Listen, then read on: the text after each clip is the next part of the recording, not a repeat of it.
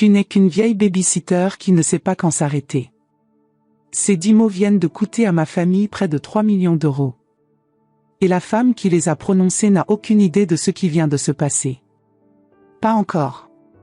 Je vais vous raconter exactement comment un dîner à Lyon s'est transformé en la vengeance la plus chère de l'histoire de ma famille. Chaque détail, chaque larme, chaque seconde d'humiliation qui m'a mené à faire quelque chose que personne n'attendait. Parce que quand on a 68 ans et un patrimoine qui ferait baver d'envie n'importe quel jeune, il y a des choses qu'on n'a tout simplement plus besoin de supporter. Et supporter le manque de respect de sa propre famille? Ce n'est plus à mon menu. La pluie battait contre les fenêtres de mon appartement au cœur de Lyon quand tout a commencé.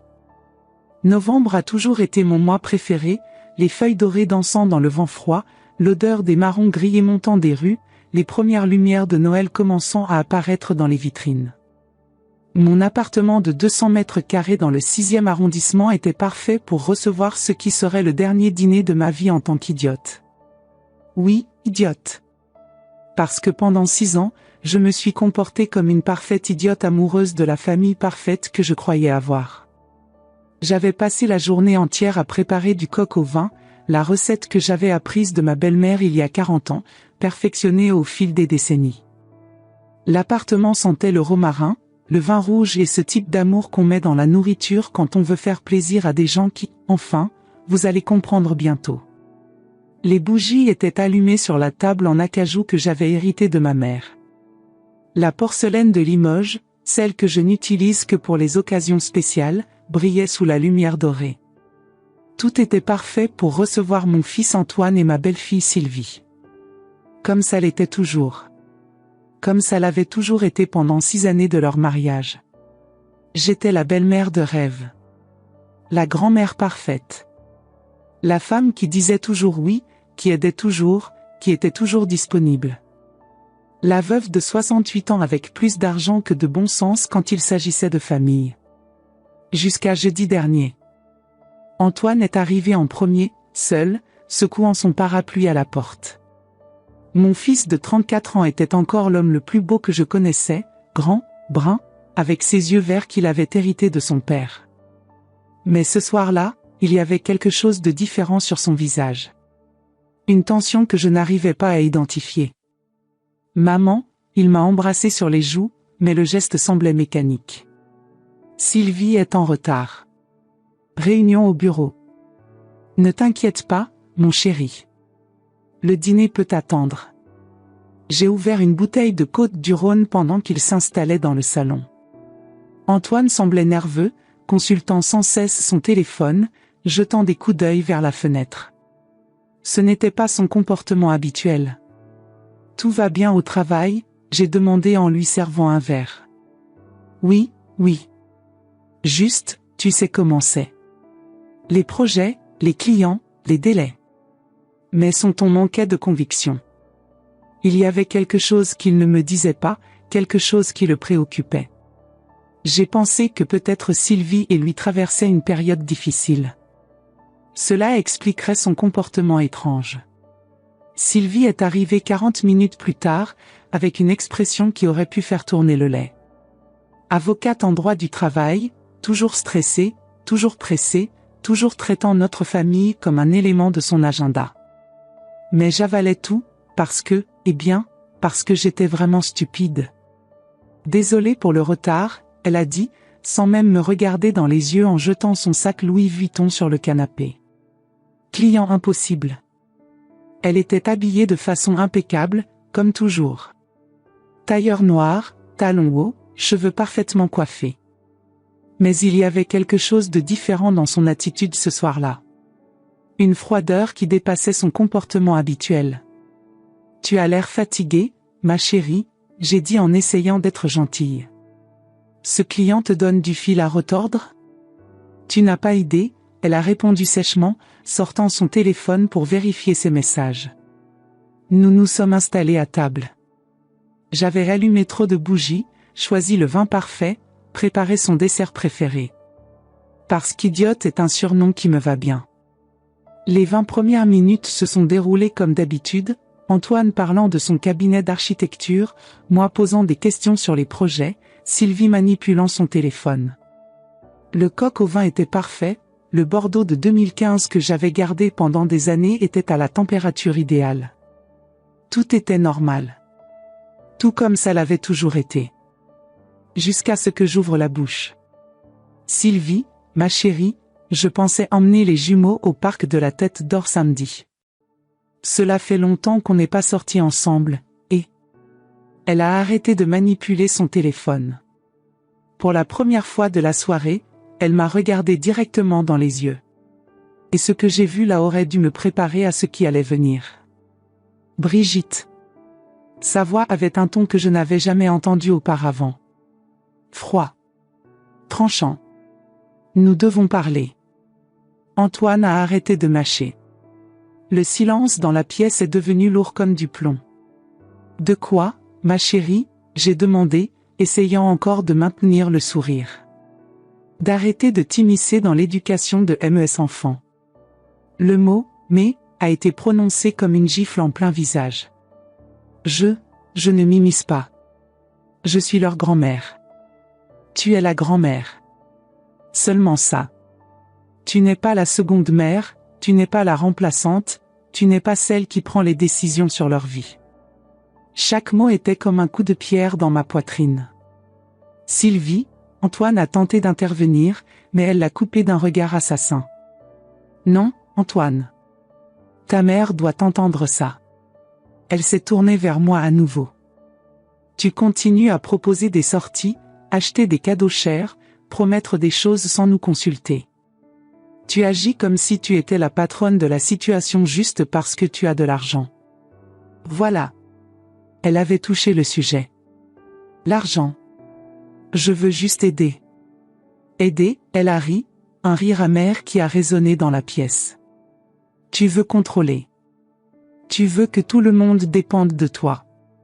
Tu veux te sentir importante. Les larmes ont commencé à brûler mes yeux, mais la colère grandissait plus vite. Ce n'est pas vrai. Ce n'est pas vrai? Alors arrête. Arrête de tout payer, arrête de te proposer comme babysitter, arrête d'interférer. Parce que la vérité, Brigitte, c'est que tu n'es qu'une vieille babysitter qui ne sait pas quand s'arrêter. Le monde s'est arrêté. Vieille babysitter. Le silence qui a suivi n'a été brisé que par le bruit de la pluie contre les fenêtres et ma respiration lourde. Antoine regardait son assiette, incapable de me regarder en face. Antoine, j'ai chuchoté, espérant que mon fils me défende. Il a continué à regarder son assiette. Antoine, j'ai répété, plus fort. Maman, peut-être qu'elle a raison sur certains points. Et c'est là que mon cœur ne s'est pas seulement brisé. Il s'est fracassé en 1000 morceaux. Je me suis levé de table lentement, mes jambes tremblant. Sylvie me regardait avec une satisfaction mal dissimulée. Antoine continuait à éviter mon regard. « Excusez-moi », j'ai murmuré. Je suis allé directement dans ma chambre, où je garde les documents les plus importants de ma vie dans un tiroir dont je suis la seule à connaître la combinaison. Mes mains tremblaient quand j'ai pris le testament mis à jour il y a seulement 3 mois. Le document qui garantissait qu'Antoine hériterait de mes 3 appartements à Lyon, de la maison de campagne en Provence, des investissements, des bijoux de famille Rousseau, de tout. 2,8 millions d'euros qui allaient sortir de leur vie plus vite qu'il n'avait fallu pour m'humilier. J'ai mis le testament dans mon sac à main en cuir noir et je suis retourné au salon. Ils chuchotaient, ils se sont arrêtés quand ils m'ont vu. Brigitte, Sylvie a essayé de parler, écoute, j'étais nerveuse. Non.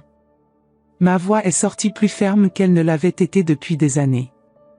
Tu as dit exactement ce que tu pensais.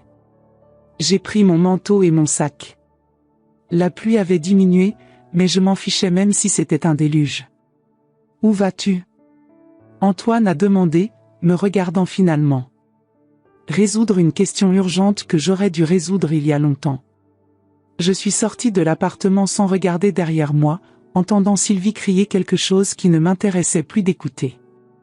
J'ai marché dans les rues mouillées de Lyon avec une certitude grandissant dans ma poitrine, Les vieilles babysitters ne laissent pas d'héritage millionnaire à ceux qui les manquent de respect. Et j'étais sur le point de le prouver. Vous n'allez pas croire ce que j'ai fait dans les 48 heures suivantes. Pendant qu'il pensait que j'étais chez moi en train de pleurer comme une vieille abandonnée, j'étais en train d'orchestrer le revirement le plus cher que cette famille ait jamais vu. Parce que quand on a 68 ans, 2,8 millions d'euros et plus rien à perdre, on découvre qu'on peut être beaucoup plus dangereuse que n'importe quel jeune arrogant ne l'imagine. Continuez à regarder, parce que ce qui s'est passé lundi matin a tout changé. Et quand je dis tout, c'est vraiment tout. Il était 5 heures du matin ce vendredi quand j'ai finalement arrêté de marcher dans les rues de Lyon.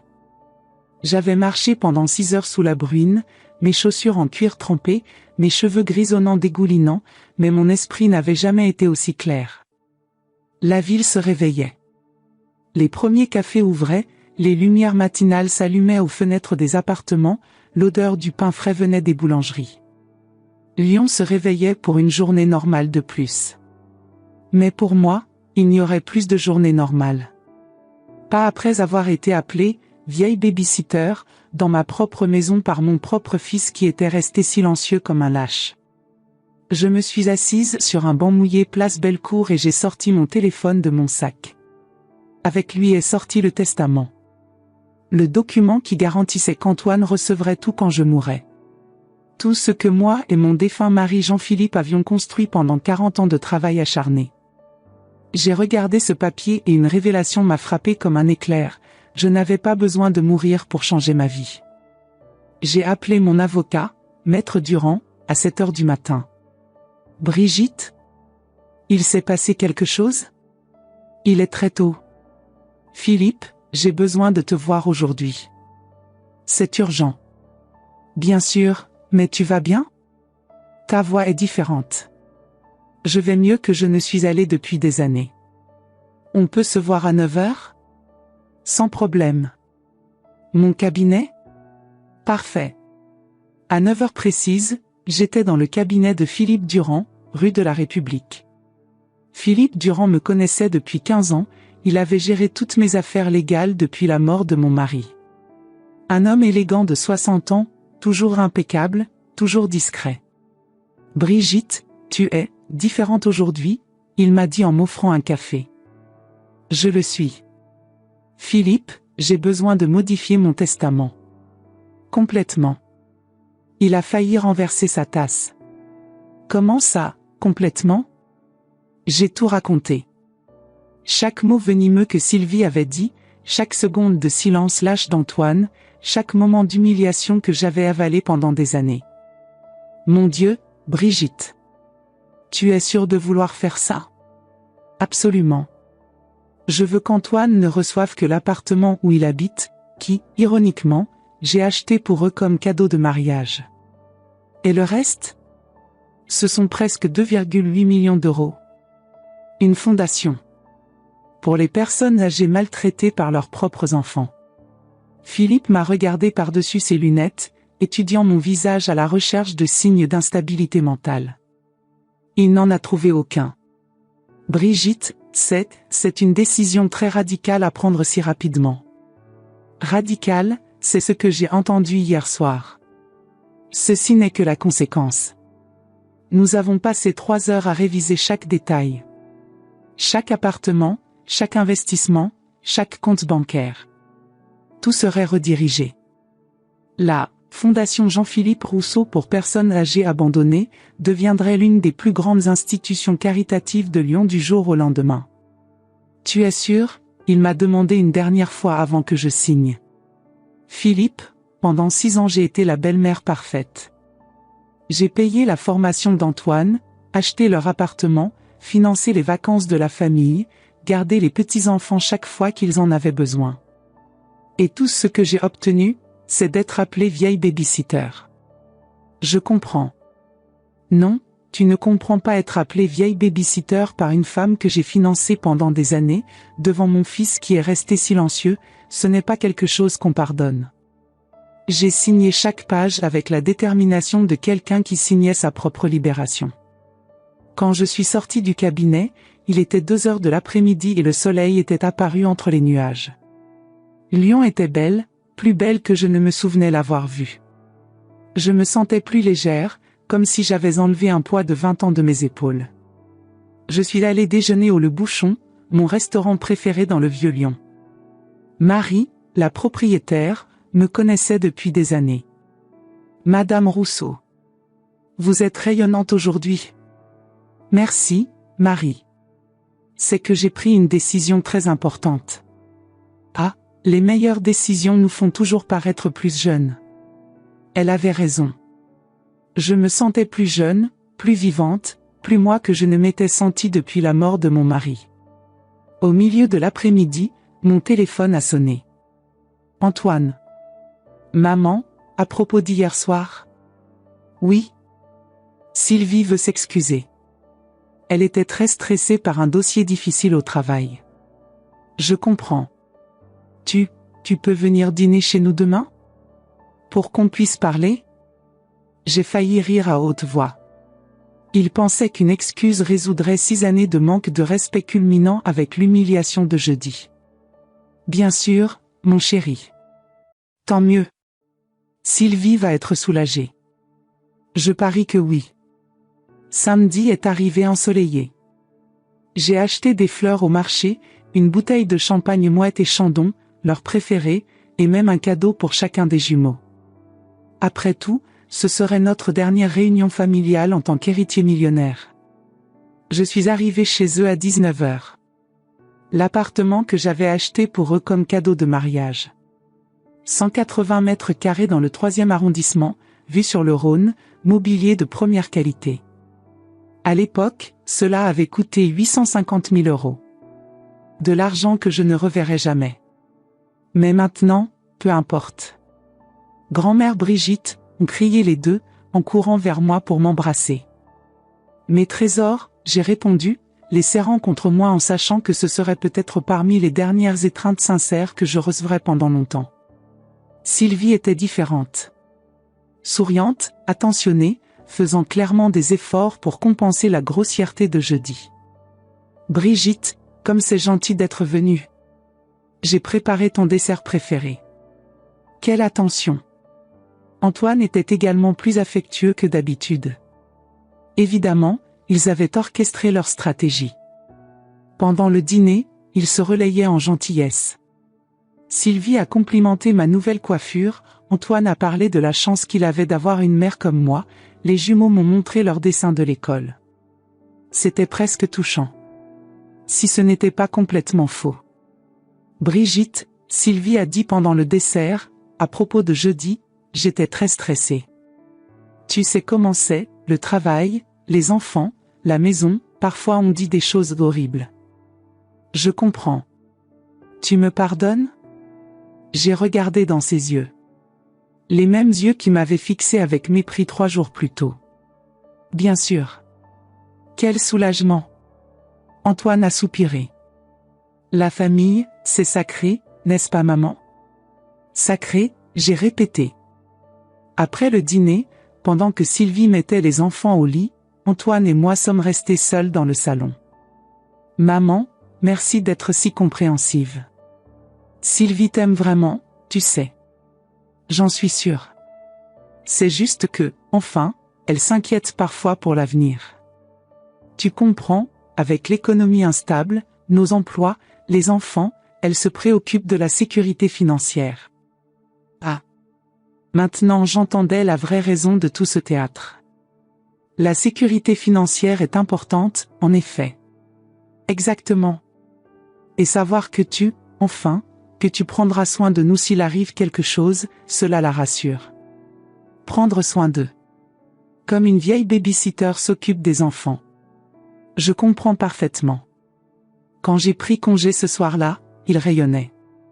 Antoine m'a embrassé avec plus d'affection qu'il n'en avait montré depuis des mois. Sylvie m'a même prise dans ses bras. Merci beaucoup d'être si compréhensive, elle a chuchoté à mon oreille. De rien, ma chérie.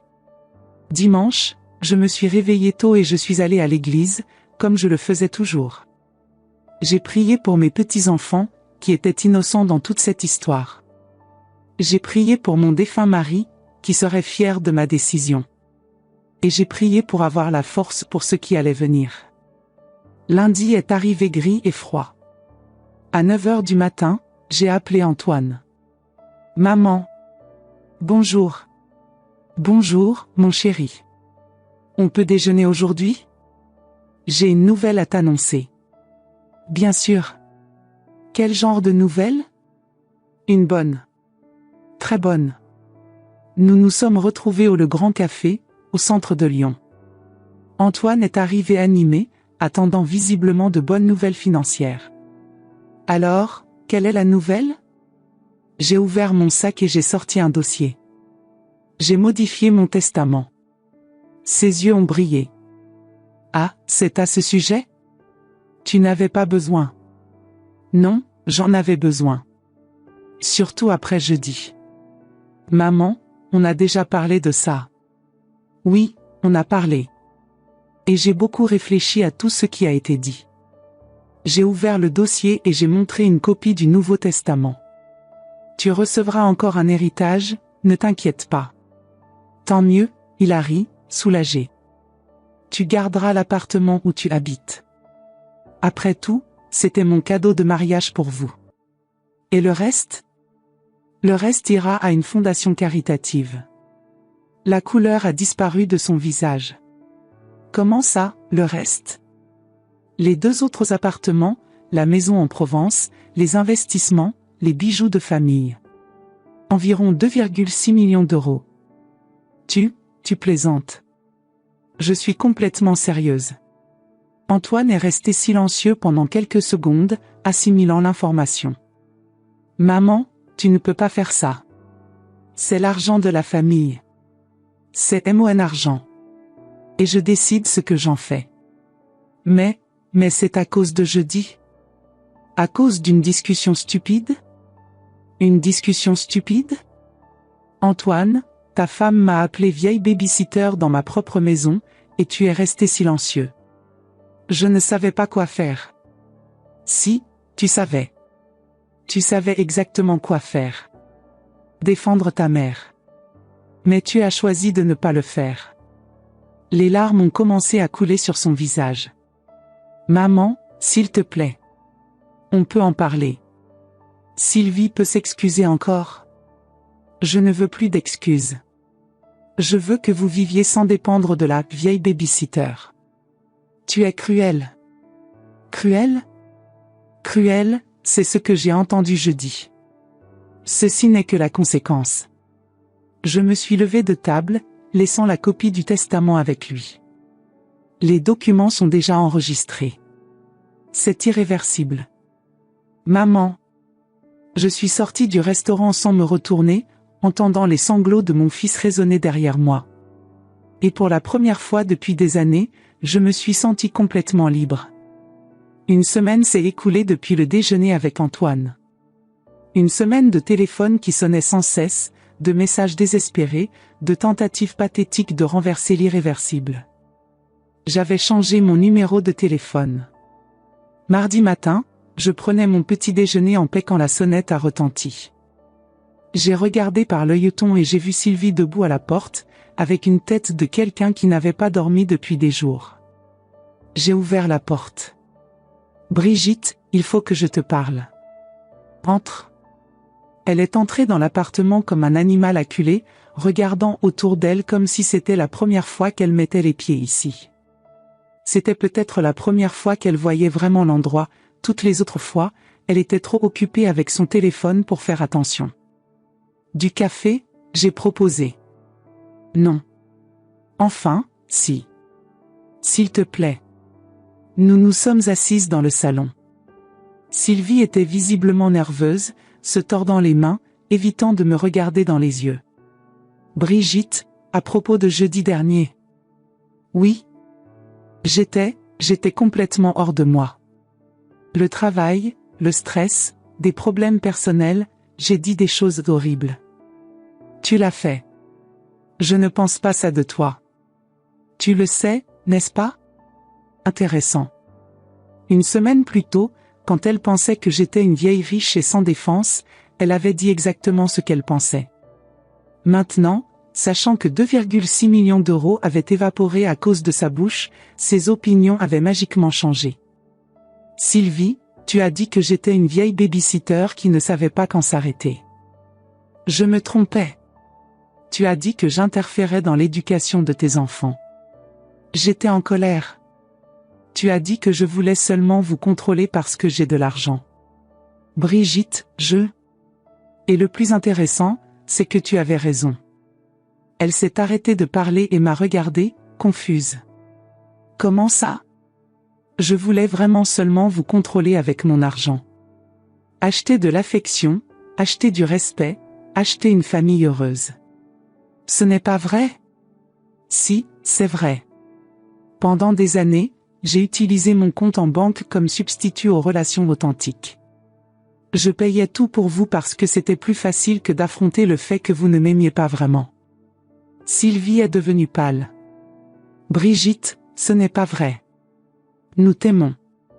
Vous m'aimez? Alors pourquoi es-tu seulement ici après avoir appris pour le testament? Elle a ouvert la bouche pour répondre, mais aucun son n'est sorti. Pourquoi en 6 ans de mariage tu ne m'as jamais appelé juste pour demander comment j'allais? Silence. Pourquoi tu trouves toujours une excuse pour ne pas venir au dîner, mais tu n'as jamais raté un seul virement bancaire que j'ai fait pour vous? Tu peux arrêter, Sylvie. Nous savons toutes les deux la vérité. Elle a commencé à pleurer. Des larmes qui auraient pu être authentiques, si elles n'étaient pas calculées pour éveiller ma pitié. Brigitte, s'il te plaît. Pense aux enfants. Ah. La carte des enfants. Je savais qu'on en arriverait là. Qu'est-ce qu'ils ont, les enfants? Ils ont besoin de stabilité financière. D'un avenir sûr. Ils l'ont. Vous travaillez tous les deux, vous avez des professions respectables, un appartement payé. Que vous faut-il de plus? Mais l'éducation? Les universités? Les cours? Vous pouvez payer. Comme des millions de familles le font tous les jours. Ce n'est pas pareil. Bien sûr que non. C'est bien mieux. Les enfants apprendront la valeur de l'argent, apprendront que les conquêtes viennent par l'effort, pas par les héritages. Sylvie m'a regardé avec un mélange de désespoir et de colère. Tu fais ça par vengeance. Je fais ça par dignité. C'est la même chose. Non, ce n'est pas la même chose. La vengeance serait de rendre vos vies misérables. La dignité, c'est simplement arrêter de financer vos vies confortables. Elle s'est levée, clairement frustrée par mon refus de me laisser manipuler. Antoine est détruit. Antoine apprend que les actions ont des conséquences. C'est ton fils. Et tu es ma belle-fille. Cela ne t'a pas empêché de m'humilier dans ma propre maison. Sylvie a marché jusqu'à la porte, vaincue. Brigitte, tu vas le regretter. Ce que je regrette, c'est d'avoir mis 6 ans à faire ça. Après son départ, je me suis assise dans mon fauteuil préféré et j'ai réfléchi à la conversation. Je n'ai ressenti aucun remords. En fait, j'ai ressenti une paix que je n'avais pas expérimentée depuis des années. Jeudi, Antoine est apparu. Contrairement à Sylvie, il n'a pas essayé d'être subtil. Maman, tu es devenue complètement folle. Je peux entrer aussi? Entre. Il a pratiquement envahi mon appartement, marchant d'un côté à l'autre comme un animal en cage. Tu as détruit notre famille. Je l'ai détruite?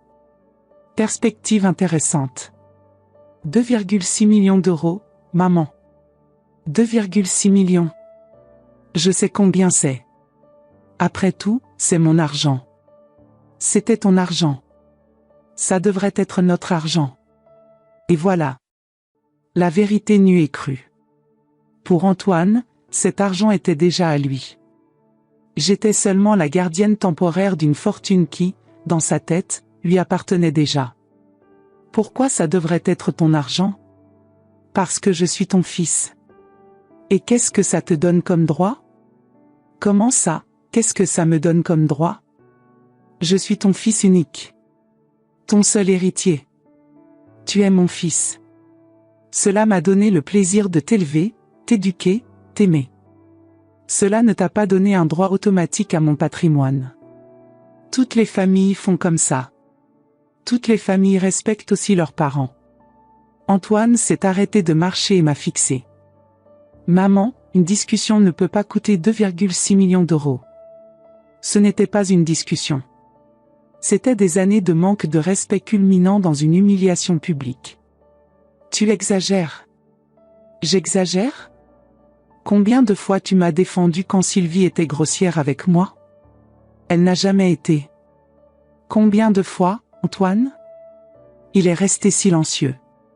Combien de fois tu m'as appelé juste pour discuter, sans que ce soit pour demander de l'argent ou une babysitter? Silence. Combien de fois tu m'as invité à quelque chose qui n'impliquait pas que je paie l'addition? Plus de silence. Combien de fois tu as dit merci pour tout ce que j'ai fait pour vous? Antoine s'est assis sur le canapé, vaincu. Maman, nous. Vous m'avez utilisé. Pendant des années. Et j'ai laissé faire, parce que j'étais désespéré d'avoir une famille. Ce n'est pas vrai. Ce n'est pas vrai? Alors explique-moi pourquoi vous ne me cherchez que quand vous avez besoin de quelque chose. Il n'a pas pu répondre. Explique-moi pourquoi tu es resté silencieux quand ta femme m'a humilié. Je ne savais pas quoi faire. Bien sûr que tu savais. Tu as choisi de protéger ta femme au lieu de protéger ta mère. Je ne voulais pas choisir de camp. Mais tu as choisi. Et tu as mal choisi. Antoine a commencé à pleurer. Des larmes de colère, de frustration et surtout, de cupidité frustrée. Maman, s'il te plaît. On peut résoudre ça. Sylvie peut s'excuser formellement, nous pouvons. Non. Pourquoi? Parce que maintenant je sais qui vous êtes vraiment. Et je préfère être seul que entouré de gens qui ne m'aiment que pour mon argent. Il est resté encore 1 heure à essayer de me convaincre, alternant entre supplications, menaces et chantage émotionnel. Rien n'a fonctionné. Quand il est finalement parti, je savais que je ne le verrais plus pendant longtemps. Et pour la première fois en 6 ans, cela ne m'a pas rendu triste. Vendredi, j'ai reçu un appel de mon avocat.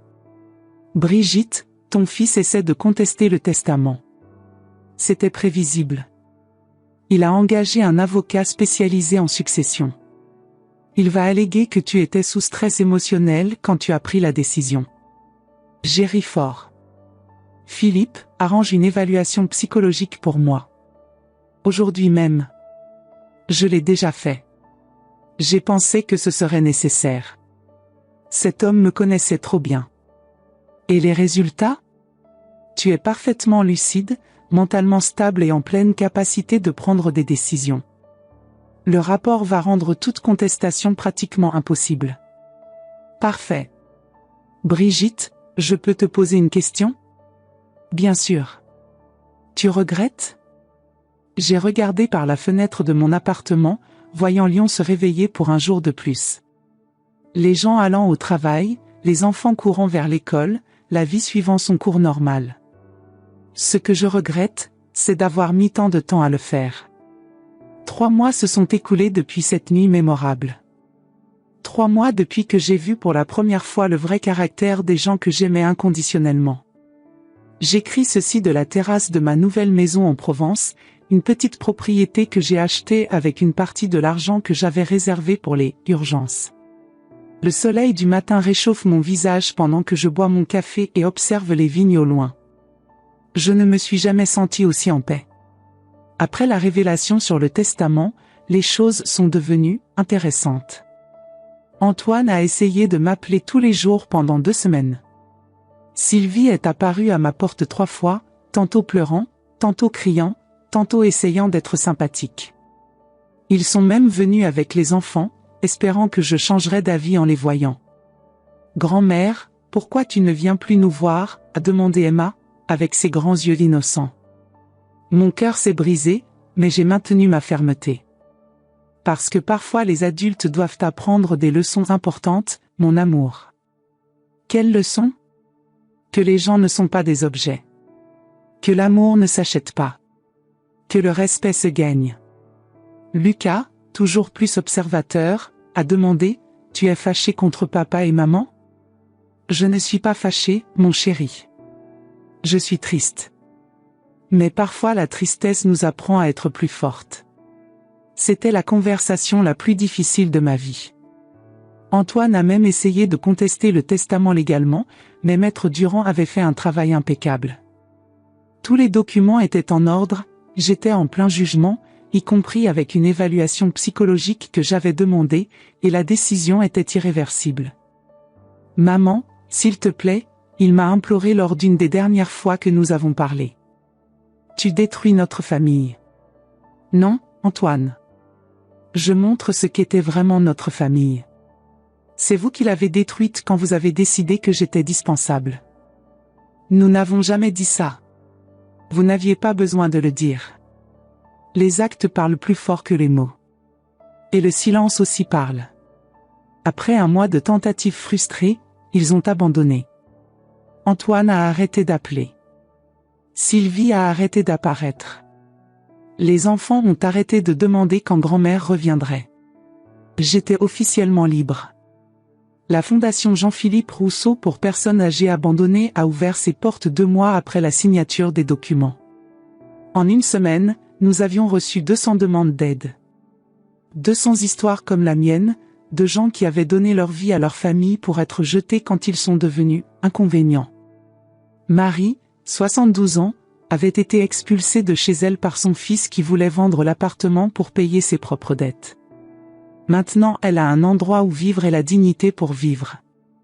Robert, 69 ans, avait découvert que sa fille avait volé ses économies. Maintenant il a une assistance juridique pour récupérer ce qui est à lui.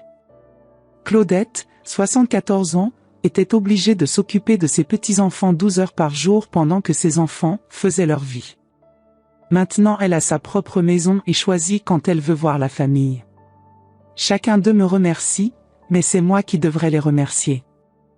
Ils m'ont montré que je ne suis pas seule, que ma situation n'était pas unique, que le manque de respect envers les personnes âgées est une épidémie silencieuse dans notre société. Il y a 2 semaines, j'ai reçu une lettre. Pas d'Antoine ou de Sylvie, mais d'Emma, ma petite fille de 7 ans. Une lettre écrite avec l'écriture tordue d'enfant, pleine de fautes d'orthographe et de dessins colorés. Chère grand-mère Brigitte, tu me manques. Papa a dit que tu es fâchée contre nous, mais je n'ai rien fait de mal. Tu peux me pardonner quand même? Lucas aussi a de la peine pour toi. Nous t'aimons. Emma. J'ai pleuré pendant 1 heure.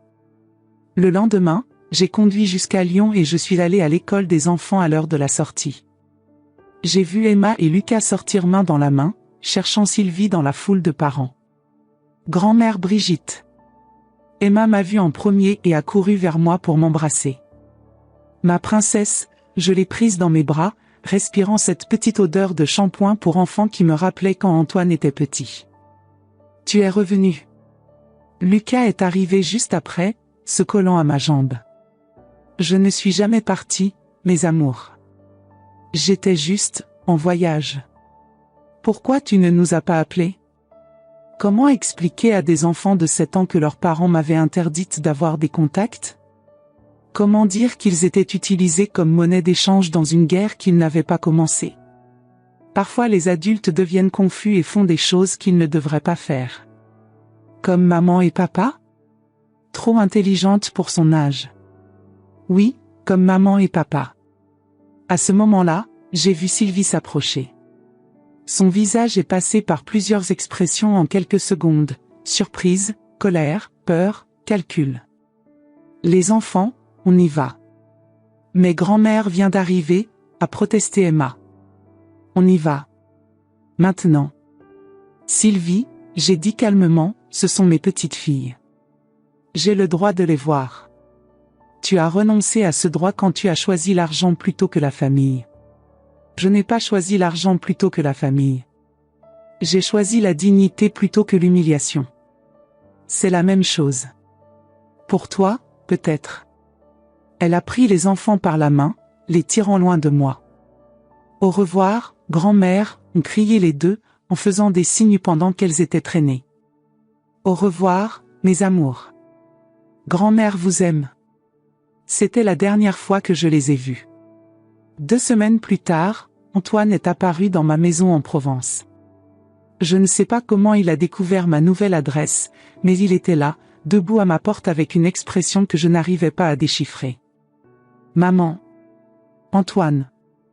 Je peux entrer? Bien sûr. Il est entré dans la maison, regardant autour de lui avec curiosité. C'était la première fois qu'il me rendait visite quelque part de sa propre initiative eh bien, jamais. C'est beau ici. Merci. Nous nous sommes assis sur la terrasse, sous le soleil de l'après-midi. Le paysage était éblouissant, des collines couvertes de vignobles s'étendant à perte de vue. Maman, je suis venu m'excuser. Intéressant. 6 mois après avoir perdu 2,6 millions d'euros, il avait découvert comment demander pardon. Pourquoi? Pour tout. Pour ne pas t'avoir défendu, pour avoir laissé Sylvie te maltraiter, pour t'avoir utilisé, pour avoir été un fils terrible. Tu n'es pas un fils terrible, Antoine. Tu es un fils qui s'est perdu en chemin. C'est la même chose. Non, ce n'est pas la même chose. Les fils terribles ne viennent pas s'excuser.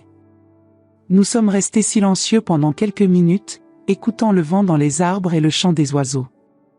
Tu me manques, a-t-il dit finalement. Tu me manques aussi. Alors pourquoi on ne peut pas résoudre ça? Parce que résoudre signifie revenir à ce que c'était avant. Et je ne veux pas redevenir la vieille riche que vous utilisiez quand ça vous convenait. Et si ce n'était pas comme ça? Et si c'était différent? Comment ce serait différent? Je ne sais pas. Mais je veux essayer. Antoine, tu veux essayer parce que tu as perdu 2,6 millions d'euros ou parce que tu ressens vraiment mon manque? Il est resté silencieux pendant longtemps. Je ne connais pas la différence. Au moins il était honnête. Quand tu connaîtras la différence, viens me voir à nouveau. Il s'est levé pour partir, mais s'est arrêté à la porte. Maman, les enfants ont de la peine pour toi aussi. Je sais. Mais elles comprendront quand elles grandiront. Tu en es sûr? Je suis sûr que je préfère qu'elles se souviennent de moi comme la grand-mère qui se respectait plutôt que comme la grand-mère qui acceptait n'importe quoi par peur de rester seule. Après son départ, je me suis assise à nouveau sur la terrasse et j'ai ouvert l'ordinateur portable. J'avais des emails de la fondation à répondre, de nouveaux cas à analyser, des vies à aider à reconstruire. À 68 ans, j'ai découvert que la vie peut recommencer autant de fois que nécessaire. J'ai découvert que solitude et isolement sont des choses complètement différentes. J'ai découvert que la dignité vaut plus que n'importe quel héritage. Et surtout, j'ai découvert que quand on arrête d'essayer d'acheter l'amour, on trouve des gens qui vous aiment gratuitement. La fondation m'a apporté de nouveaux amis, des gens qui ont compris mon histoire parce qu'ils ont vécu des histoires similaires. Des gens qui me valorisent pour ce que je suis, pas pour ce que j'ai. Hier, Marie m'a appelé pour raconter que son fils avait finalement demandé pardon et essayait de reconstruire la relation. Mais cette fois, il sait qu'elle n'a pas besoin de lui, elle le veut près d'elle. C'est une différence subtile, mais qui change tout. Quant à moi, je suis Brigitte Rousseau, j'ai 68 ans, 200 000 euros en banque, suffisant pour vivre confortablement jusqu'à 100 ans, et une paix d'esprit qu'aucun argent au monde ne pourrait acheter. J'ai perdu une famille qui ne m'a jamais respectée, mais j'ai gagné une vie qui m'appartient enfin. Et si vous pensez que c'était une décision radicale, laissez-moi vous dire quelque chose, la seule décision radicale aurait été de continuer à accepter d'être traitée comme une vieille babysitter juste pour garder autour de moi des gens qui ne m'aimaient pas vraiment. Parce qu'au final, quand on a 68 ans et qu'on a vécu tout ce que la vie peut offrir, on apprend une leçon fondamentale, mieux vaut être seule et heureuse qu'accompagnée et humiliée. Et si mes petites filles veulent un jour connaître la vraie histoire de la grand-mère qui a préféré la dignité à la convenance, elles sauront où me trouver. Je serai ici, en Provence, vivant la vie que j'ai choisie pour moi-même. La vie que j'ai toujours méritée, mais qui m'a pris 68 ans pour avoir le courage de conquérir. Parfois, les meilleures vengeances sont simplement d'arrêter d'être victime. Vous savez, quand j'ai fini de raconter cette histoire, je suis resté ici à regarder par la fenêtre de mes vignes en Provence, et une question ne quitte pas mon esprit: combien de Brigitte existent en ce moment précis? Combien d'entre vous sont là, de l'autre côté de l'écran, en train de reconnaître des morceaux de leur propre vie dans ce qu'ils viennent d'entendre? Combien de grands-parents préparent en ce moment des dîners élaborés pour des enfants qui remercient à peine? Combien de grands-mères s'occupent de petits-enfants tout en étant traités comme des baby-sitters gratuites? Combien d'entre vous ont déjà ressenti cette oppression dans la poitrine quand ils ont réalisé qu'on ne se souvient d'eux que quand on a besoin d'argent, de faveurs, de solutions? J'ai passé 6 ans de ma vie à croire que l'amour s'achetait avec un compte en banque. 6 ans à avaler le manque de respect parce que j'avais peur de rester seule. Et quand ma propre belle-fille m'a appelée, vieille baby-sitter, à ma table, avec mon fils silencieux comme un lâche, j'ai compris quelque chose: la vraie solitude n'est pas d'être physiquement seul. C'est d'être entouré de gens qui ne vous valorisent pas. Vous savez quel a été le moment qui m'a le plus fait mal? Ce n'était pas de perdre les 2,8 millions. C'était de voir mes petits-enfants utilisés comme chantage émotionnel. C'était de réaliser que même l'amour pour les petits était manipulé contre moi. Mais j'ai aussi découvert quelque chose de libérateur: quand vous arrêtez de mendier l'affection, quand vous arrêtez d'acheter l'attention, vous trouvez finalement des gens qui vous aiment pour ce que vous êtes, pas pour ce que vous avez. Maintenant racontez-moi, parce que j'ai besoin de savoir: vous êtes-vous déjà senti invisible dans votre propre famille? Avez-vous déjà eu envie de crier: j'existe, j'ai des sentiments, je mérite le respect? Ou peut-être êtes-vous de l'autre côté de cette histoire, peut-être êtes-vous l'enfant qui reconnaît ses propres erreurs ici? N'ayez pas peur de vous ouvrir dans les commentaires.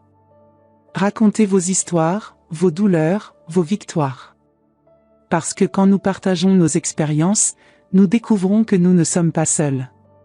Et parfois c'est exactement ce dont nous avons besoin pour prendre courage et changer notre vie. Peut-être n'êtes-vous pas du tout d'accord avec moi. Peut-être pensez-vous que la famille c'est la famille, peu importe ce qui arrive, qu'il faut toujours pardonner. Je veux aussi entendre cette opinion. Parce que chaque histoire compte, chaque perspective nous apprend quelque chose. Certains d'entre vous vont me demander si je regrette. La réponse est non. Je regrette d'avoir mis 68 ans à apprendre que ma dignité vaut plus que n'importe quel héritage. Je regrette d'avoir mis si longtemps à comprendre que le vrai amour n'a pas de prix. Si cette histoire vous a touché d'une façon ou d'une autre, si elle vous a fait rire, pleurer, réfléchir, ou même si elle vous a irrité contre moi, abonnez-vous à la chaîne. Ici, chaque semaine, j'apporte des histoires réelles de gens comme nous, qui ont décidé qu'il n'est jamais trop tard pour recommencer. Il n'est jamais trop tard pour se choisir. Parce que vous savez ce que j'ai découvert à 68 ans? Que notre vie peut avoir autant de chapitres que nous voulons écrire. L'important est de décider: allez-vous être le protagoniste de votre propre histoire ou allez-vous continuer à être juste un personnage secondaire dans l'histoire d'autres personnes? Le choix a toujours été nôtre. J'ai juste mis un peu de temps à le comprendre.